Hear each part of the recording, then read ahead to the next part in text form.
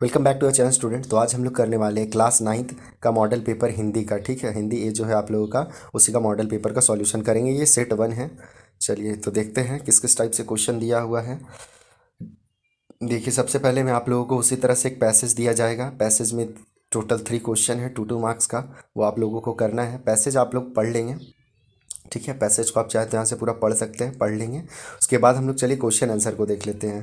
देखिए, first question आपसे पूछा गया है कि गांधी जी का पत्नी का क्या नाम था। तो गांधी जी का पत्नी का नाम क्या है, आप लोग फटाक से कमेंट करेंगे। बाकी पैसेज में आपको यहाँ दिखा देते हैं। देखिए, कस्तूरबा लिखा हुआ है, तो गांधी जी का पत्नी का नाम कस्तूरबा गांधी था। ठीक है।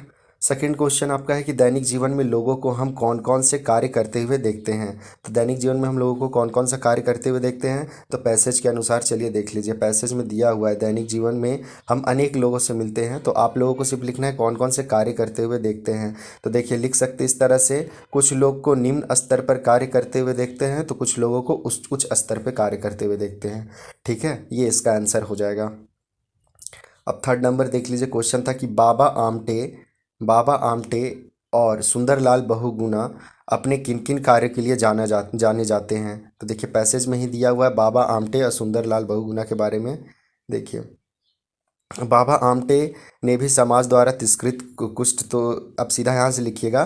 बाबा आमटे समाज द्वारा तिरस्कृत कुष्ठ रोगियों की सेवा में अपना संपूर्ण जीवन समर्पित किया, और सुंदरलाल बहुगुणा ने अपने प्रसिद्ध चिपको आंदोलन के माध्यम से पेड़ों को संरक्षण प्रदान किया। ठीक है, इसका ये आंसर हो जाएगा। तो यह 3 क्वेश्चन का हो गया, जो आपको डायरेक्ट पैसेज से ही आंसर मिल गया। अब आ जाइए आगे। आगे पाठ्य पुस्तक से दिया हुआ है। देखिए, किन्हीं 4 प्रश्नों का उत्तर करना है, 3 मार्क्स का है। आप लोगों का दिया हुआ रहेगा क्वेश्चन। तो देखिए, सबसे पहले में आपका दिया हुआ है कि बालिका मैना ने सेनापति हे को अपने कौन कौन से तर्क देकर महल की रक्षा के लिए प्रेरित किया। तो देखिए, आंसर हो जाएगा आपका। देखिए, बालिका मैना ने अपने पिता के महल की रक्षा के लिए निम्नलिखित तर्क दिए। देखिए, आंसर पॉइंट वाइज लिखिएगा, बहुत अच्छा रहेगा। देखिए 3 मार्क्स का है, तो 3 पॉइंट में लिख देंगे तो और अच्छा है। देखिए, मैना ने अंग्रेजों के विरुद्ध शस्त्र उठाने वाले को दोषी बताकर कहा कि इसमें मकान का क्या दोष है। फिर दूसरा, मैना ने तर्क दिया कि महल को गिराने से सेनापति की किसी उद्देश्य की पूर्ति ना हो सकेगी, यह स्थान मैना को बहुत प्रिय है। और तीसरा है कि अंत में मैना ने सेनापति हे को अपना परिचय देकर कहा कि उन्हें उनकी पुत्री मेरी की सहेली की रक्षा करनी ही चाहिए। ठीक है। उसके बाद देखिए, नेक्स्ट क्वेश्चन जो है ख नंबर, महादेवी वर्मा उर्दू फारसी क्यों नहीं सीख पाई। तो देखिए, लेखिका जो महादेवी वर्मा है कि उर्दू फारसी में बिल्कुल रुचि ना होने के कारण वह उससे सीख नहीं पाई। इसलिए लेखिका को बचपन में उर्दू पढ़ने के लिए जब मौलवी रखा गया, और वह जब घर में आए तो लेखिका चारपाई के नीचे छिप गई। ठीक है, ये छिप जाती थी, इस कारण से ये उर्दू कभी सीख ही नहीं पाई। फिर ग नंबर क्वेश्चन देखिए, कोयल की कूक सुनकर कवि की क्या प्रतिक्रिया थी। तो कोयल की कूक सुनकर के कवि को ऐसा लगता था, मतलब लगता है जैसे कोयल उसके लिए कोई संदेश लेकर आई है। संदेश शायद महत्वपूर्ण है, नहीं तो कोयल सुबह होने तक का इंतजार करती। अब आगे देख लीजिए। घ नंबर क्वेश्चन है आपका कि बच्चे काम पर जा रहे हैं, कविता के आधार पर कवि क्या बतलाना चाह रहे हैं। तो देखिए, प्रस्तुत कविता में बाल मजदूरी तथा बाल श्रम का वर्णन किया गया है। ठीक है, शब्द से ही आपको पता चल रहा है बच्चे काम पर जा रहे हैं। ये बच्चे लोग काम पर जा रहे हैं, तो बाल श्रम को दिखाया जा रहा है, बाल मजदूरी को दिखाया जा रहा है। कवि ने बाल मजदूरी के कारण बच्चों से उनका बचपन छिन जाने की पीड़ा को जताने का प्रयास किया है। कवि यहाँ उन सामाजिक व आर्थिक परिस्थितियों की ओर हम सबका ध्यान आकर्षित करना चाहते हैं जिनके कारण बच्चे अपना बचपन खो देते हैं, उनकी शिक्षा नहीं हो पाती तथा वे बाल मजदूरी करने को विवश हो जाते हैं। ठीक है, इसका ये आंसर हो जाएगा। अब देखिए, आप लोगों को ध्यान में यही रखना है कि किन्हीं 4 प्रश्नों का ही उत्तर देना है। मैं यहाँ पे आपको सारे प्रश्नों का उत्तर बता दे रहा हूँ, ताकि आप लोगों के लिए आसान हो जाए, आप लोग सारा चीज़ को याद कर ले तो ठीक रहेगा। उसके बाद देखिए, अगला क्वेश्चन है कि सखी ने गोपी से कृष्ण का कैसा रूप धारण करने का आग्रह किया था। तो देखिए, सखी गोपी से वही सब कुछ धारण करने के लिए कहती है जो कृष्ण धारण करते हैं। सखी ने गोपी से आग्रह किया था कि वह कृष्ण के समान सिर पर, ठीक है, सर पर मोर पंख का मुकुट धारण करे, गले में गुंजों की माला पहने, तन पर पीले वस्त्र पहने, हाथों में लाठी थामे और पशुओं के संग विचरण करे। ठीक है। नेक्स्ट देखिए, मैना जड़ पदार्थ मकान को बचाना चाहती थी पर अंग्रेज उसे नष्ट करना चाहते थे, ऐसा क्यों? तो देखिए, मैना अपने मकान को बचाना चाहती थी क्योंकि वह उसी मकान में पली बड़ी थी। वह मकान उसका पैतृक धरोहर था, मतलब पैतृक धरोहर थी। उसी में मैना की बचपन की, पिता की, परिवार की यादें समाई हुई थी। वह उसके जीवन का भी सहारा हो सकता था, इसलिए वह उसे बचाना चाहती थी। ठीक है, तो ये पैतृक संपत्ति था मैना का, इसीलिए उसको वो बचाना चाहती थी। बचपन बीता था उसी में। फिर नाना साहेब ने अंग्रेज सरकार को बहुत हानि पहुंचाई थी, तो अंग्रेजों के लिए वह राजमहल उनके दुश्मन नाना साहेब की निशानी थी। तो वे उनकी हर निशानी को मिटा, मतलब मिट्टी में मिला देना चाहते थे, ताकि देश में फिर से कोई अंग्रेजों के विरुद्ध आवाज़ न उठाए। इसीलिए अंग्रेज है जो कि उस घर को नष्ट करना चाहते थे। अब देखिए, फिर क्वेश्चन है आपका, निम्नलिखित प्रश्नों में से किन्हीं दो प्रश्नों के उत्तर दें। ठीक है, तो देखिए क्वेश्चन है आपका, रीढ़ की हड्डी शीर्षक एकांकी के द्वारा लेखक ने समाज की किन बुराइयों की ओर संकेत किया है? तो देखिए, रीढ़ की हड्डी एकांकी के माध्यम से लेखक समाज से पुरुषवादी मानसिकता को उखाड़ फेंकना चाहता है। पुरुषवादी मानसिकता के कारण ही हमारा समाज प्रगति की दिशा में अग्रसर नहीं हो रहा है, साथ ही अन्य देशों की तुलना में पिछड़ता भी जा रहा है। हमारे समाज में महिलाओं की स्थिति अत्यंत दयनीय है। लड़कों व लड़कियों में भेदभाव किया जाता है। लड़कियों को सभी प्रकार के अधिकारों से वंचित रखा जाता है। ठीक है, आगे थोड़ा देख लेते हैं। उन्हें विभिन्न प्रकार के सामाजिक बंधनों के घेरे में जकड़ कर रखा जाता है। उन्हें किसी भी प्रकार का निर्णय लेने की स्वतंत्रता नहीं दी जाती है। साथ ही विभिन्न प्रकार के नियम उन पर थोपे जाते हैं। इस प्रकार लेखक इसके माध्यम से समाज में व्याप्त विसंगतियों की ओर ध्यान आकृष्ट करना चाहता है। साथ ही महिलाओं को पूर्ण एवं स्वतंत्र रूप से जीने पर भी बल देता है, जिससे एक स्वस्थ समाज की रचना की जा सके तथा समाज का विकास किया जा सके। ठीक है, अब नेक्स्ट है आपका, गरीब आदमी का शमशान नहीं उजड़ना चाहिए, आशय स्पष्ट कीजिए। तो देखिए, गरीब आदमी का शमशान, ये माटी वाली कहानी से है आपका। देखिए, आंसर हो जाएगा इसका कि गरीब आदमी का शमशान नहीं उजड़ना चाहिए। इस कथन का आशय यह है कि गरीबों के रहने का आसरा नहीं छीनना चाहिए। माटी वाली जब एक दिन मजदूरी करके घर पहुंचती है तो उसके पति की मृत्यु हो चुकी होती है। अब उसके सामने विस्थापन से ज़्यादा पति के अंतिम संस्कार की चिंता होती है। बांध के कारण सारे शमशान पानी में डूब चुके होते हैं और उसके लिए घर और शमशान में कोई अंतर नहीं रह जाता है। इसी दुख के आवेश में वह यह वाक्य कहती है। ठीक है, यही वाक्य कि गरीब आदमी का शमशान नहीं उजड़ना चाहिए। अब आ जाइए, ग नंबर क्वेश्चन है कि समाज में महिलाओं को उचित गरिमा दिलाने हेतु आप कौन कौन सा प्रयास कर सकते हैं? इस क्वेश्चन का आंसर आप चाहे तो खुद से भी लिख सकते हैं कि समाज में महिलाओं को उचित स्थान दिलाने के लिए आप क्या क्या कर सकते हैं। देखिए, समाज में महिलाओं को उचित गरिमा दिलाने हेतु सबसे पहले उन्हें शिक्षित बनाना जरूरी होगा, क्योंकि सबसे पहला शिक्षा का ही समस्या। अगर वो शिक्षित रहेगी तभी उनको उचित स्थान मिल सकता है, वो आगे बढ़ सकती हैं। ठीक है, जब तक महिलाएं शिक्षित नहीं होंगी वो ना तो अपना विकास कर सकती है और ना ही देश की प्रगति में अपना सहयोग दे पाएगी और ना ही उनमें आत्मविश्वास पैदा हो पाएगा। किसी भी व्यक्ति के व्यक्तित्व के प्रभावी होने के लिए उसमें आत्मविश्वास का होना बहुत आवश्यक है या ज़रूरी है। ठीक है, नारी को पुरुषों के समान अधिकार और सम्मान दिलाने के लिए समाज को जागरूक किया जाना चाहिए। महिलाएं किसी भी मायने में पुरुषों से कम नहीं हैं। महिलाओं को आत्मरक्षा के लिए विभिन्न उपायों एवं कौशल का ज्ञान कराना चाहिए, जिससे वह अपनी रक्षा स्वयं करने में समर्थ हो जाए।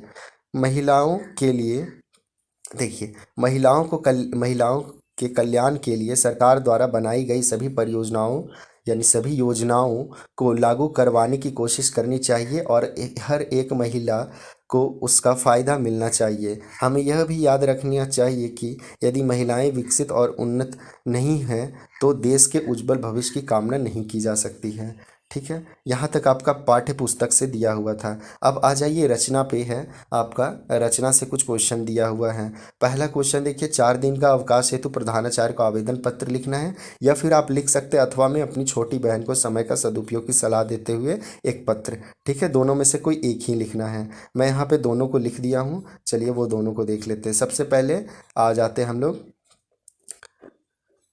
हाँ, सबसे पहले हम लोगों का अवकाश के लिए आ जाते हैं। तो देखिए, इसी तरह से लिखिएगा, सेवा में प्रचार प्रधानाचार्य महोदय प्रधानाचार्य लिख दिए। फिर उसके बाद स्कूल का नाम, ये देखिए Hindu plus two high school Hazaribagh, मैंने इस स्कूल का नाम लिखा है क्योंकि मैं यहीं से पढ़ा हूँ। तो ये लिख दिए। उसके बाद विषय लिख देना है आपको, एक लाइन छोड़ करके विषय, 4 दिन के लिए अवकाश।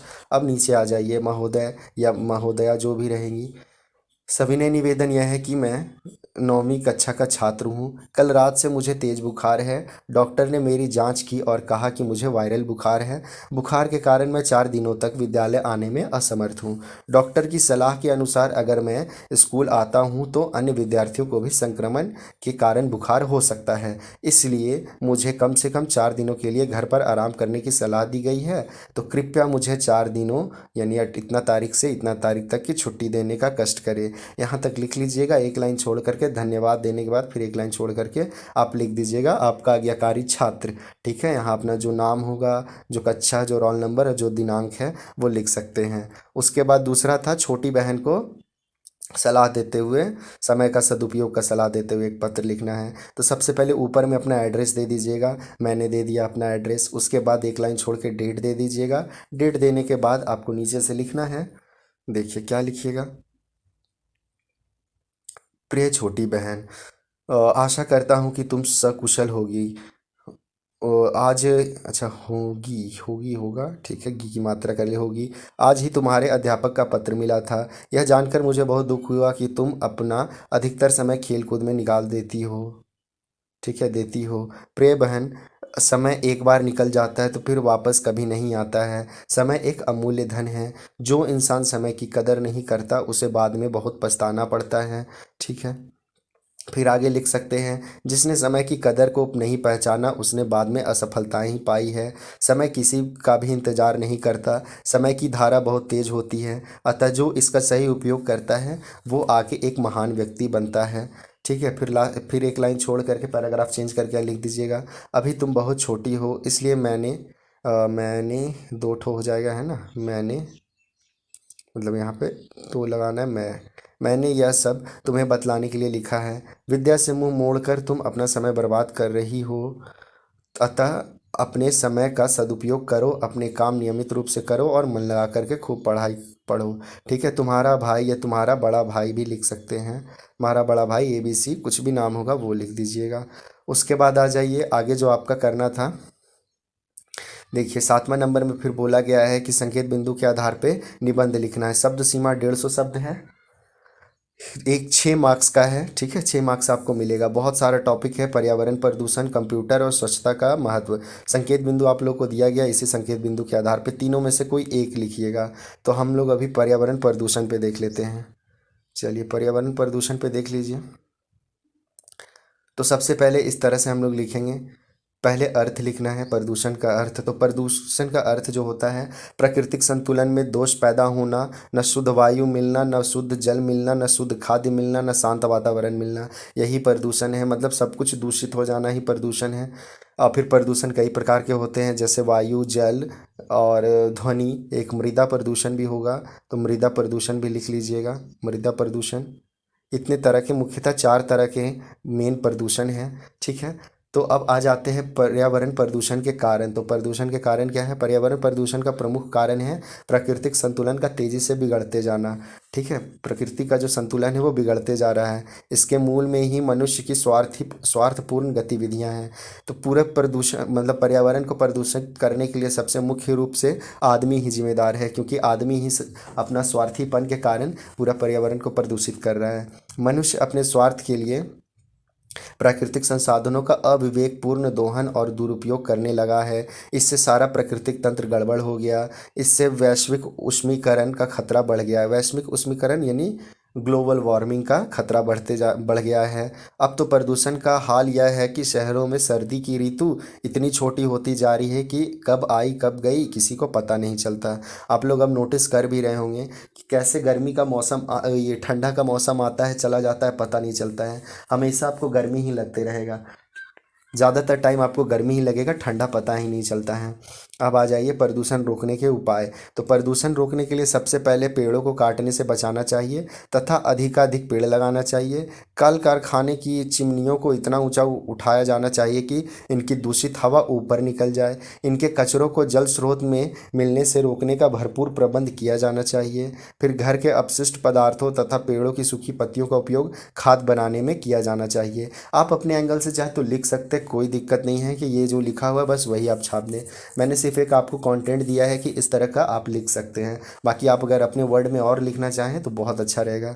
उपसंहार में लिख देना है अंत में कि प्रदूषण की समस्या विश्वव्यापी एवं जानलेवा समस्या है। इसे रोकने के लिए व्यक्तिगत प्रयास के अलावा सामूहिक प्रयास की भी आवश्यकता है। आइए इसे रोकने के लिए हम सब मिलकर अपना योगदान दें। ठीक है, इस तरह से लिख दिए। अब आप चाहें तो और भी कुछ लिख सकते हैं, अपने वर्ड में लिखेंगे तो और अच्छा रहेगा। ऐसा नहीं कि आप इसको रटने लग जाएं। चलिए, इसके बाद है, आप तीनों टॉपिक में से किसी पे लिखने के बाद देखिए दो और टॉपिक है। क्वेश्चन नंबर 8 में विद्यालय में स्वच्छता अभियान को लेकर दो मित्रों के बीच हुए संवाद को लिखिए। और या फिर कोरोना महामारी के विषय में दो मित्रों के बीच हुए संवाद को लिखिए। संवाद लेखन लिखना है। संवाद लेखन तो जानते ही हैं, दो आदमी एक इधर एक इधर, यानी आपस में दो लोगों का बातचीत ही संवाद लेखन है। ठीक है, तो वो भी अपने मन से आप चाहें तो लिख सकते हैं। बात ही तो करना है, और करना क्या है, बस 5 मार्क्स आपको मिलेगा इसमें। चलिए, लेकिन मैं जो लिखा हूँ उसको पढ़ लीजिए एक बार, उससे कुछ आइडिया आपको मिल जाएगा। देखिए, ये संवाद जो है कोरोना महामारी के विषय में दो मित्रों के बीच संवाद को मैंने लिखा है। बहुत इजी लैंग्वेज में है। चलिए देख लीजिए। राम है और श्याम दो मित्र हैं। राम पहले बोल रहा है, नमस्कार मित्र, कैसे हो? तो श्याम बोल रहा है, ठीक हो, तुम कुछ परेशान लग रहे हो। फिर राम कहता है, हाँ मित्र, मेरे इलाके में कोरोना कोरोना के मरीज बढ़ते जा रहे हैं। फिर श्याम कहता, हाँ मित्र, कुछ समय पहले मेरी कॉलोनी को भी कंटेनमेंट जोन घोषित कर दिया गया था। फिर राम कहता है, यहाँ भी ऐसा ही है, सामान लाना ही एक बड़ी चुनौती जैसा लगता है। फिर श्याम कहता है, हाँ मित्र, पिताजी काम पर नहीं जा पाते, इससे घर में आर्थिक समस्याएं खड़ी हो गई है। उसके बाद फिर राम कह रहा है कि मित्र, इन सब से अलग हमारी पढ़ाई भी प्रभावित हो रही है। फिर श्याम कहता है, सही कहा मित्र, परीक्षा आने वाली है और तैयारी भी पूरी नहीं हो पाई है। फिर राम कहता है, हाँ, ऑनलाइन पढ़ाई में हम अपना श्रेष्ठ नहीं दे पाते, मतलब अच्छा से नहीं पढ़ पाते हैं उतना।